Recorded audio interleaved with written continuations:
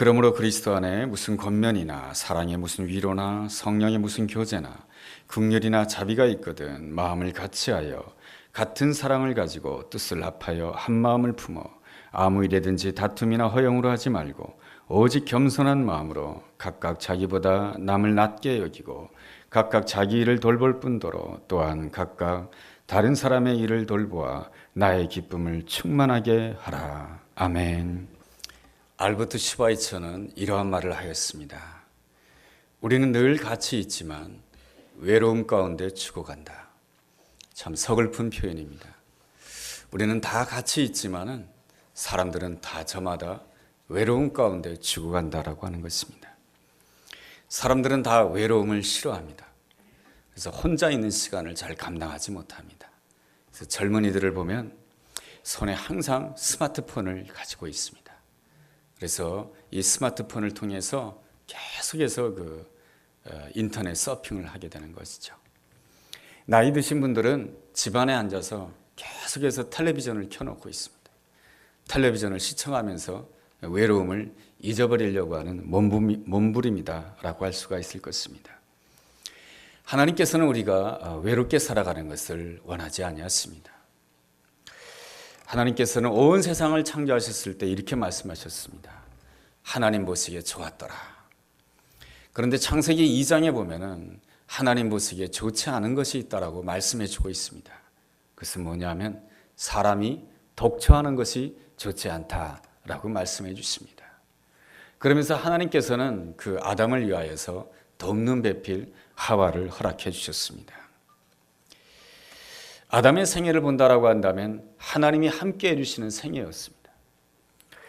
하나님이 함께 해주신다라고 한다면 늘 기쁘고 즐거워하고 외로움을 가지지 않아야 되는데 아담은 하나님이 함께하는 생애였음에도 불구하고 이 외로움을 가졌습니다. 그 외로움은 하나님이 함께 하셔도 이 외로움이 잘 없어지지 않는다라고 하는 것입니다. 그래서 하나님께서는 인간의 그 외로움의 문제를 해결해 주시기 위하여서 두 가지 공동체를 주셨습니다. 하나는 가정이라고 하는 공동체요, 또 하나는 교회라고 하는 공동체를 주신 것입니다. 하나님께서는 하나님께서 아담과 하와를 통해서 만드시고자 하는 그 공동체라고 하는 것은 이 둘이 하나가 되는 것입니다. 이 하나님이 함께 하시는 곳에는 늘 뭡니까? 둘이 하나가 되고 셋이 하나가 되고 다섯이 하나가 되는 것입니다. 우리가 섬기는 하나님도 세 분 하나님이십니다. 성부 하나님, 성자 하나님, 성령 하나님. 그 세 분 하나님이시지만 언제나 세 분 하나님은 하나이셨던 것입니다. 그렇듯이 하나님의 형상을 닮은 인간은 누구와도 이렇게 하나가 될 수 있는 그러한 모습을 가지기를 원하십니다. 그 하나됨의 공동체를 하나님이 이루시기를 원하는 것입니다. 그런데 말이죠, 인간의 하나됨이라고 하는 것이 그렇게 오래 가지 못합니다. 창세기 1장, 2장을 넘기면 창세기 3장이 나옵니다. 아담과 하와는 서로를 보면서 내 뼈 중에 뼈요 살 중에 살이다 라고 고백했지만은 한 장을 넘기니까 곧바로 서로 다투고 서로 싸우고 서로 상처를 주고 서로를 원망하고 서로를 탓하는 그러한 사이가 되고 맙니다. 아담과 하와가 왜 이러한 문제 가운데 빠지게 된 것입니까? 이 모든 문제는 먹는 문제에서 비롯된 것입니다. 욕심의 문제요, 교만의 문제 때문에 비롯된 것입니다. 하나님께서는 아담과 하와에게 모든 것들을 다 허락해 주셨지만 경계선이 있었습니다. 선악을 알게 하는 나무의 열매는 먹지 말라라고 하는 것입니다. 아담과 하와가 선악을 알게 하는 나무의 열매를 맺게 되었을 때에 나타나는 현상이 있습니다. 모든 것을 나를 기준으로 생각한다라고 하는 것입니다. 나를 기준으로 판단하고 나를 기준으로 정죄하고 그러다가 보니까 서로에게 아픔을 주고 고통을 주고 서로를 원망하는 그런 모습이 나타나게 됩니다. 이러한 현상을 일반 사회 용어로 이렇게 표현합니다. 소통 부재의 현상이다 라고 말이죠. 소통 부재의 현상은 자녀 세대에 가서 더 심각하게 나타나는 것을 보게 됩니다. 가인과 아벨이 하나님 앞에 제사를 드렸습니다. 그런데 하나님께서는 이 아벨의 제사는 받아주셨지만 가인의 제사는 받아주지 않았습니다. 만약에 이때 가인이 하나님 앞에 나가서 하나님, 왜 하나님께서는 나의 제사를 받아주지 않는 것입니까? 라고 하면서 하나님께 부르짖는 가운데 하나님과 소통했다라고 한다면 이 가인은 아벨과도 잘 소통할 수 있는 그런 사람이 되었을 것입니다. 그러나 가인은 하나님 앞에 나가지 않았습니다. 하나님과의 소통에서 실패하게 되자 가인은 누구와의 소통에 실패하게 되냐면 동생 아벨과의 소통에서 실패를 하게 됩니다. 그래서 아벨을 미워하고 결국에는 아벨을 죽이게 됩니다. 오늘날 대한민국 사회의 가장 큰 문제점이 무엇입니까? 신문마다 나오는 공통적인 단어가 있습니다. 소통의 부재다라는 것입니다. 소통의 부재로 인하여서 서로를 미워하고 서로를 향해서 분노하고 있습니다. 노조는 사업자를 비난하고 있고 사업자는 노조 때문에 한국 땅에서는 사업을 못하겠다라고 합니다. 그래서 곳곳에서 시위가 일어나고 있습니다. 왜 소통의 부재가 일어나는 것입니까? 그 문제에 대해서 일반 학자들은 이렇게 설명합니다. 사람들은 다 자기들을 지지하는 사람들의 이야기만 들으려고 한다라고 하는 것입니다. 자기와 반대편에 있는 그 사람의 이야기를 도무지 들으려고 하지 않기 때문에 소통의 부재가 일어난다라고 하는 것입니다. 그래서 사람들이 함께 살아가는 것이 힘들다라고 하는 것입니다. 그러한 점에 있어서 소통의 가장 중요한 원리는 나를 내려놓는 것이며 겸손한 태도인 것입니다. 오늘 우리가 읽은 말씀은 우리에게 이렇게 권면해 주고 있습니다. 서로 다투지 마라. 서로 하나가 되라. 겸손한 마음으로 하나가 됨으로 인해서 함께 살아가는 그 기쁨을 가짐으로 인해서 나의 기쁨을 충만하게 하라. 그것이 바로 오늘 빌립보서 2장이 우리에게 주시는 말씀입니다. 빌립보서 2장 2절부터 4절까지 한번 제가 읽어보겠습니다. 마음을 같이하여 같은 사랑을 가지고 뜻을 합하여 한 마음을 품어 아무 일에든지 다툼이나 허용을 하지 말고 오직 겸손한 마음으로 각각 자기보다 남을 낮게 여기고 각각 자기 일을 돌볼 뿐더러 또한 각각 다른 사람의 일을 돌보아 나의 기쁨을 충만하게 하라. 우리는 이 땅에서 혼자 살아갈 수가 없습니다. 어디를 가든지 사람을 만나게 되어 있고요. 사람과 부딪히게 되어 있습니다. 사람과 갈등 관계를 가지게 되어 있습니다. 그런데 하나님께서는 우리로 하여금 함께 살아가기를 원하십니다. 이 함께 살아가는 그 기쁨을 누리기 위해서는 어떻게 해야 되겠습니까? 첫째로 함께 살아간다라고 하는 것이 참 어렵다라고 하는 것을 인정해야 되는 것입니다. 하나님께서 처음 창조한 인간 아담과 하와가 어떻습니까? 두 사람이 함께 살아가는 것이 좋아 보입니까? 아담과 하와는 늘 원망했고 서로를 탓하며 서로를 향해서 불신하였습니다. 그 아들 세대는 어떻습니까? 가인과 아벨은 더합니다. 가인이 동생 아벨을 죽이게 됩니다. 믿음의 조상이라고 하는 아브라함의 가정은 어떻습니까? 이 아브라함의 가정에는 두 부인이 있었습니다. 첫 번째 부인은 사라요, 두 번째 부인은 하갈입니다. 이 사라와 하갈 사이에는 끊임없는 다툼과 끊임없는 싸움이 있었습니다.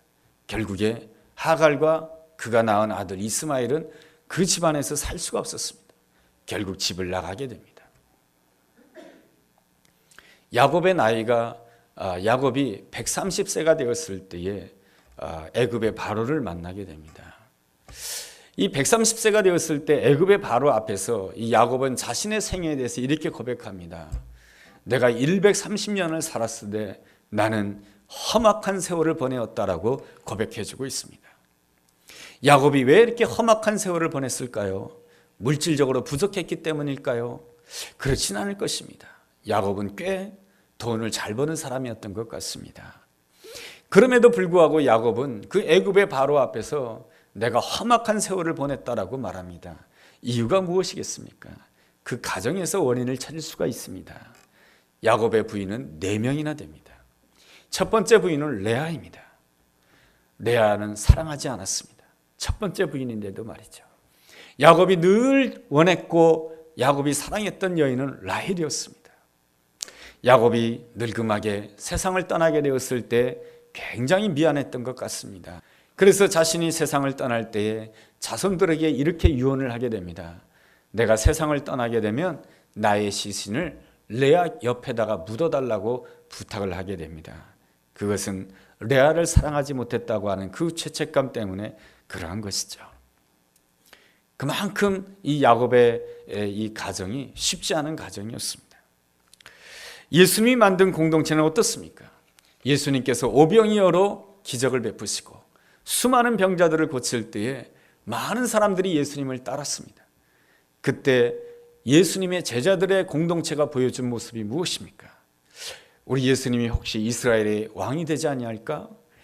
예수님이 이스라엘의 왕이 된다라고 한다면 내가 예수님 우편에 앉을 거야. 아니, 내가 예수님 좌편에 앉을 거야.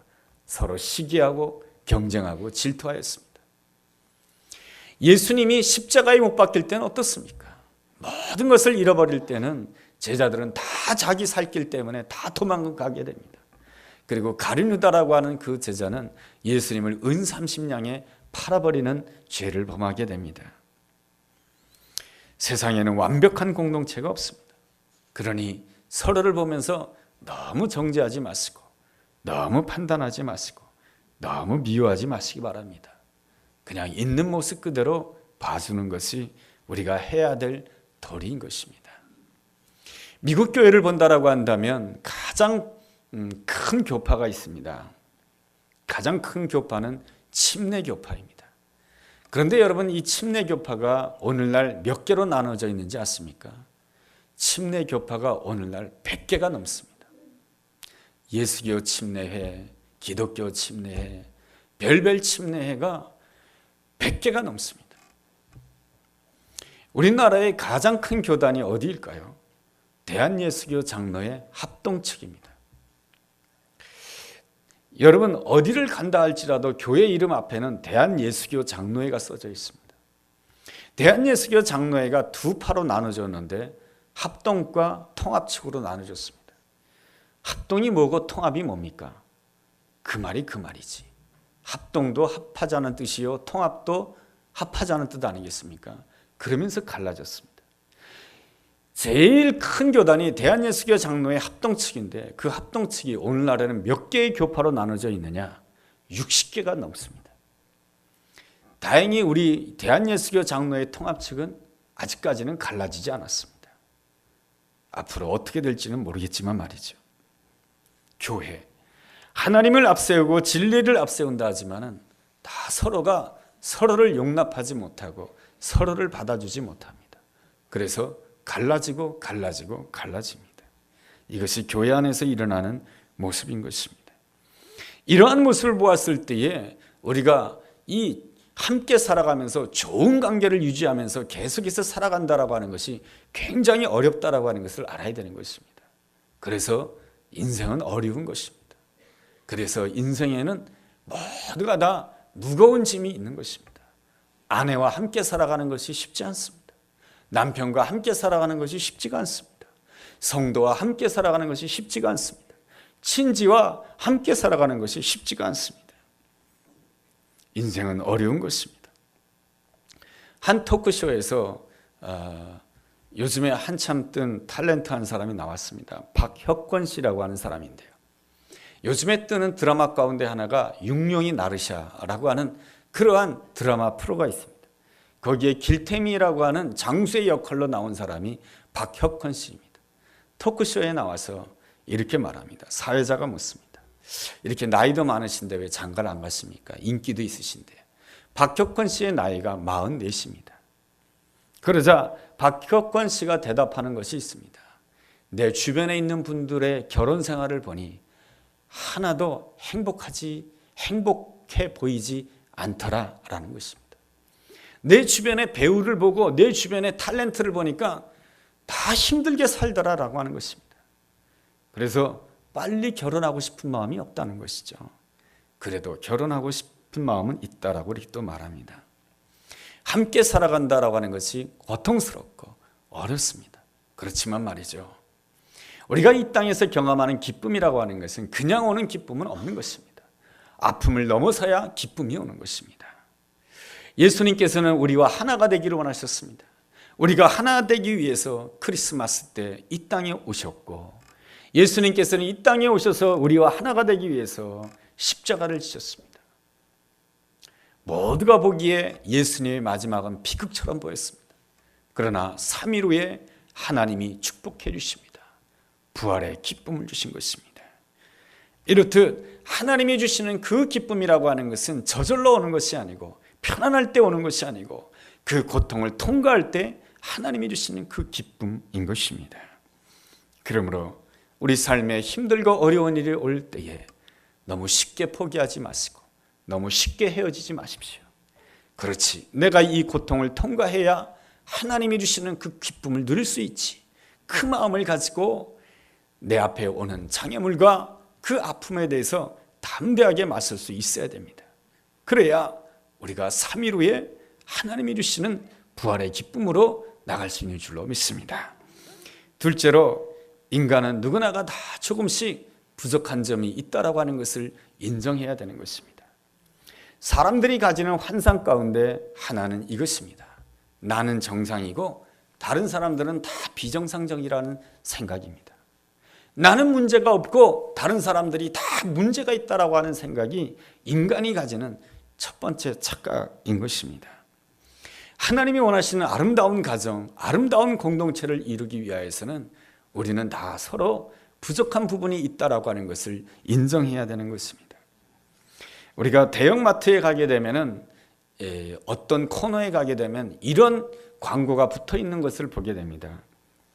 반품 불가, 환불 불가, 교환 불가. 여기 있는 물건 한 번 사가면 반품 절대로 해주지 않습니다. 여기 있는 물건 한 번 사가면 절대로 환불해주지 않습니다. 여기 있는 물건 한 번 사가면 절대로 바꿔주지 않습니다. 교환해주지 않습니다. 그런 글씨가 커다랗게 빨간 글씨, 파란 글씨로 딱 써져 있습니다. 그런데도 사람들은 그 앞에 몰립니다. 왜냐하면 그 물건이 싸기 때문에 그런 것이죠. 겉으로 보아서는 그 물건에 하자가 있다라고 하는 것을 잘 모릅니다. 그러나 거기에 있는 물건을 하나하나 뜯어보면 다 하자가 있다라고 하는 것을 발견할 수가 있게 됩니다. 이 땅을 살아가는 사람들을 보면 다 멀쩡해 보입니다. 여러분, 텔레비전에 나와 있는 탤런트, 배우, 모델 너무 완벽해 보입니다. 그러나 그 인생도 함께 가까이 해보면 거기에 아픔이 있고 상처가 있고 많은 문제를 가지고 살아가고 있다고 하는 것을 알 수가 있습니다. 성경에 나와 있는 인물들도 그렇습니다. 하나님이 쓴 사람들도 다 그들의 이미지 꼬리표에는 좋지 않은 꼬리표가 다 달려 있습니다. 야곱과 같은 경우에는 무슨 꼬리표가 달려져 있습니까? 나는 사람을 잘 속이는 사람입니다. 이런 이미지 꼬리표가 달려있는 사람이 야곱입니다. 시몬과 레위는 어떻습니까? 나는 한 번 성질내면 멈추지를 못하는 사람입니다. 이것이 바로 시몬과 레위의 꼬리표입니다. 시몬과 레위의 누이 동생이었던 디나가 세겜 족장의 아들과 불륜의 관계를 맺게 됩니다. 그것 때문에 너무나 화가 나가지고 시몬과 레위가 칼을 빼들고 들어서 세겜 족속들을 죽이는 일을 가지게 됩니다. 이것 때문에 야곱이 너무 가슴 아파서 모든 가족들을 데리고 베델로 올라가게 됩니다. 베델로 올라가서 하나님 앞에 회개하는 시간을 가지게 된 것이죠. 또 베드로는 어떻습니까? 어떤 이미지 꼬리표가 있습니까? 나는 허풍을 잘 떠는 사람입니다. 저는 큰 소리는 많이 치는 사람입니다. 왜 그렇습니까? 그가 큰 소리 쳤죠. 나는 예수님 죽는 자리까지도 가겠다라고 말이죠. 그러나 제일 빨리 도망간 사람이 베드로입니다. 우리는 이렇게 생각합니다. 나는 정상적인 사람이고 다른 사람은 비정상적인 사람이라고 생각하지만 사실은 우리 모두가 다 비정상적인 사람들입니다. 로마서 3장 10절이 우리에게 그렇게 말씀해 주고 있습니다. 의인은 없나니 하나도 없다라고 말이죠. 그런데도 우리는 나는 정상이라고 생각합니다. 그리고 내 옆에 있는 사람은 비정상이라고 생각합니다. 나는 정상인데 아내가 비정상이라는 것이죠. 나는 밖에 나가서 그렇게 고생하면서 일하는데 아내는 철없이 집안에서 놀고만 있다라고 하는 것입니다. 아내가 비정상이라고 하는 것이죠. 그래서 아내를 반품하고 싶은 마음이 불뚝불뚝 일어납니다. 내가 반품하고 옛날에 내가 좋아했던 여성을 다시금 만날까? 이런 생각을 가지게 되는 것이죠. 뭐 아내 입장에서는 안 그렇겠습니까? 아내는 가족을 위해서 열심히 노력하는데 남편은 늘 놀아요. 예. 빈둥빈둥 놀아요. 가족을 생각하고 있지 않은 것 같아요. 아이를 돌봐주지도 않아요. 남편을 반품하고 싶어요. 자녀들은 어떻습니까? 내가 자녀들에게 학비를 안 대줘, 등록금을 안 대줘, 먹을 걸 안 줘, 입을 옷을 안 입혀. 그런데 왜 공부를 못하냐 이거예요. 예? 남의 자식들만큼 공부를 해야지. 왜 공부를 못하냐 이겁니다. 그런 모습을 볼 때에 자식들도 반품하고 싶어요.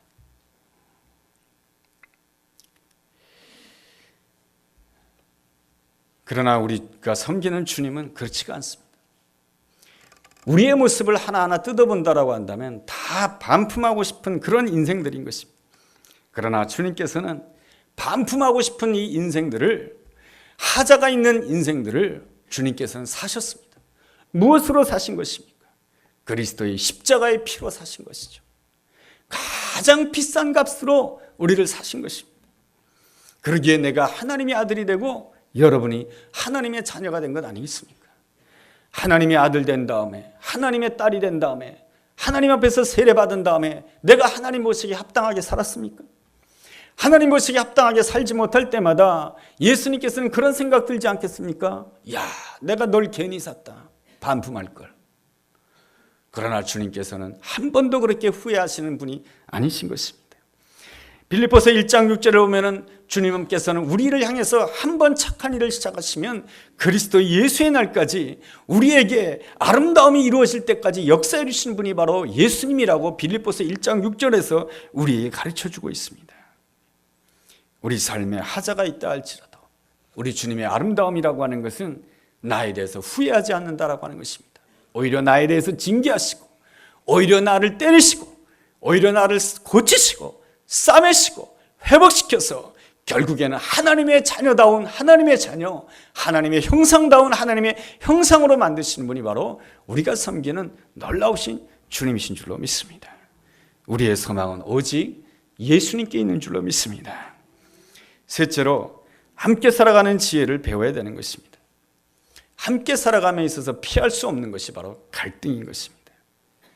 갈등이 올 때마다 우리는 성장하는 기회로 삼아야 되는 것입니다. 성장한다라고 하는 것은 무엇입니까? 나 중심에서 타자 중심으로 바뀌어지는 것이 성장하는 것입니다. 나 중심에서 부모 중심으로, 나 중심으로 가족 중심으로, 나 중심에서 아내 중심으로, 나 중심에서 교회 중심으로, 나 중심에서 뭡니까? 나라 중심으로, 민족 중심으로, 세계 선교를 중심으로, 이것이 점점 뭡니까? 성장하는 것이죠. 어린아이 특징이 뭡니까? 그것은 바로 자기만 생각한다는 것입니다. 남들이 다 스마트폰 가졌다고 해서 그 스마트폰 값이 얼마입니까? 50만 원, 60만 원, 70만 원 합니다. 그거 사달라고 아이가 엄마한테 초등학교 1학년이 날마다 떼를 씁니다. 초등학교 1학년이 스마트폰 가져가지고 어쩌자는 것입니까? 엄마의 주머니 사정은 생각지 않고 스마트폰 사내라고 합니다. 이게 어린아이의 특징 아니겠습니까? 나만 생각하는 모습이죠. 하나님께서는 우리가 나 중심에서 하나님 중심으로 성장하기를 원하시는 것입니다. 창세기의 요셉의 경우도 그렇습니다. 형제들의 미움 때문에 요셉이 얼마나 고생했습니까? 그러니 요셉의 마음 가운데는 내가 성공해야지, 보란듯이 잘난 사람이 돼야지. 그러나 그가 성공하게 되었을 때 깨닫게 됩니다. 나의 성공은 나 자신만을 위한 것이 아니고 다 형제들을 위한 것이다라고 하는 것을 깨닫게 됩니다. 요셉은 바로 나와 형제들 사이에 공통분모를 발견한 것이죠. 여러분, 사람이 함께 살아가기 위해서는 공통분모가 있어야 돼요. 공통분모가 없으면 함께 살아갈 수가 없는 거예요. 요셉과 그 형제들의 공통분모가 무엇입니까? 하나님 사랑인 것입니다. 하나님이 나를 사랑하시지만은 또한 형제들도 하나님이 사랑하신다라고 하는 것을 믿었기 때문에 요셉은 형제들을 용납할 수가 있었던 것입니다. 우리에게 공통분모는 무엇입니까? 우리는 살아가는 집도 다르고 성도 다르고 부모님도 다르고 환경도 다릅니다. 우리의 공통분모는 무엇입니까? 하나밖에 없습니다. 예수 그리스도의 십자가 사랑밖에 없는 것입니다. 예수님께서 나를 구원해 주시기 위해서 십자가의 피를 흘렸듯이 내가 못마땅하게 생각하는 그 사람을 위해서도 예수님께서는 십자가를 지셨다라고 하는 그 사실을 받아들일 때에 우리는 함께 살아갈 수 있는 마음을 가질 수가 있게 되는 것입니다. 그래서 주님께서는 우리에게 당부를 해주십니다. 마태복음 18장 5절에 보면 이러한 말씀이 있습니다. 누구든지 내 이름으로 이런 어린아이 하나를 영접하면 곧 나를 영접하는 것이다 라고 말이죠. 예수님의 이름으로 어린아이를 영접하게 되면 예수님을 영접하는 것이다 라고 말씀해 주고 있습니다. 어린아이의 뜻은 순수하다고 하는 뜻도 있지만 어린아이의 뜻은 어리석다라고 하는 뜻도 있는 것입니다. 어린아이의 뜻은 자기중심적이라고 하는 뜻도 있는 것입니다. 자기중심적인 그러한 존재를 영접한다고 하는 것은 너무너무 힘든 것입니다. 자기중심적인 남편을 영접한다라고 하는 것은 굉장히 어려운 것입니다. 자기중심적인 아내를 영접한다라고 하는 것은 너무너무 어려운 것입니다. 자기중심적인 그 자녀를 영접한다라고 하는 것은 너무너무 어려운 것입니다. 자녀가 20살이 되었고 30살이 되었는데도 아직도 자기중심적이라고 한다면 그 자녀를 영접한다라고 하는 것은 대단히 어려운 것입니다. 그럼에도 주님이 뭐라고 말씀해 주시냐면 예수의 이름으로 어린아이를 영접하게 되면 예수님을 영접한 것이다라고 말씀해 주고 있습니다. 우리 앞에는 항상 문제가 있습니다. 문제의식을 가질 수 있어요. 문제가 있으면 문제의식을 가져야죠. 아, 문제가 있구나. 그러나 진실로 책임이 있는 사람은 문제의식만 가지는 사람이 아닙니다.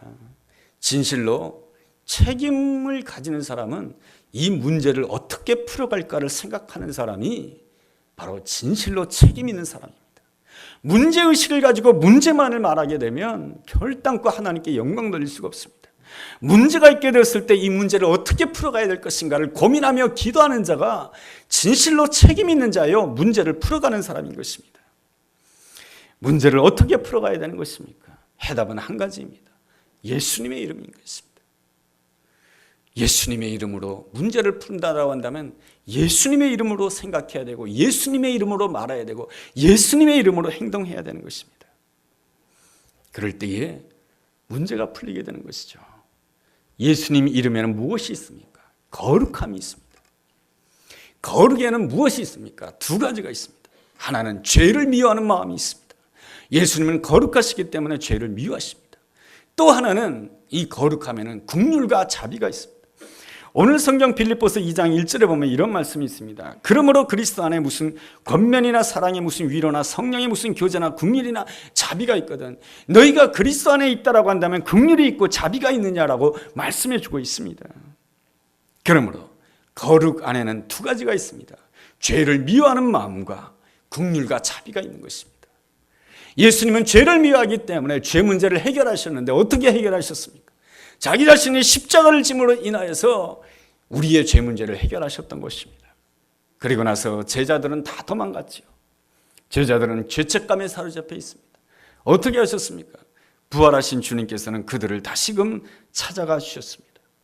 그리고 그들에게 성령을 부어주셨습니다. 그랬을 때 어떤 역사가 일어나게 됩니까? 사도행전이라고 하는 놀라운 부흥의 시대가 열리게 되고 함께 살아가는 교회의 시대가 열리게 됩니다. 사도행전 2장을 읽어보면 함께 먹고 함께 즐거워하며 함께 찬송했다라고 되어 있지 않습니까? 그게 뭡니까? 함께 살아가는 기쁨의 모습 아닙니까? 그것이 무엇입니까? 함께 살아가는 교회 공동체의 아름다운 모습 아니겠습니까? 하나님께서는 바로 이 사도행전 2장에 일어나는 함께 먹고 함께 기뻐하고 함께 하나님을 찬송하는 아름다운 함께 살아가는 기쁨을 하나님께서는 주시기를 원하시는 것입니다. 우리는 모두가 다 외로운 존재인 것입니다. 주님은 우리로 하여금 나의 이름으로가 아니고 예수님의 이름으로 공동체를 이루어서 함께 살아가기를 원하시는 것입니다. 그러기에 우리는 예수님의 이름으로 아내를 영접하고 예수님의 이름으로 남편을 영접하고 예수님의 이름으로 자녀를 영접하고 예수님의 이름으로 성도들을 영접하고 예수님의 이름으로 하나님께서 내게 붙여준 모든 자들을 영접해야 되는 것입니다. 그럴 때에 하나님이 주시는 함께 살아가는 기쁨을 누리게 될 줄로 믿습니다. 기도하겠습니다. 하나님 아버지, 우리를 보면 다 하자가 있는 사람들이고 우리의 죄와 허물을 보면은 주님께서 다 반품하고 싶은 사람이 바로 저희들입니다. 그러나 우리를 핏값으로 사신 주님께서는 우리를 택하신 것에 대해서 한 번도 후회하지 아니하시고 우리를 사랑하고 우리를 이끌어 주셨기에 오늘 우리에게 언제나 소망이 있는 줄로 믿습니다. 주님께서 나를 영접해 주셨사오니 나도 예수님의 이름으로 주님께서 내게 주신 모든 사람들을 영접하게 하여 주옵소서. 그리함으로 인하여서 함께 살아가는 기쁨으로 하나님께 영광 돌리는 우리가 되게 하여 주시옵소서. 예수님의 이름으로 기도드렸습니다. 아멘.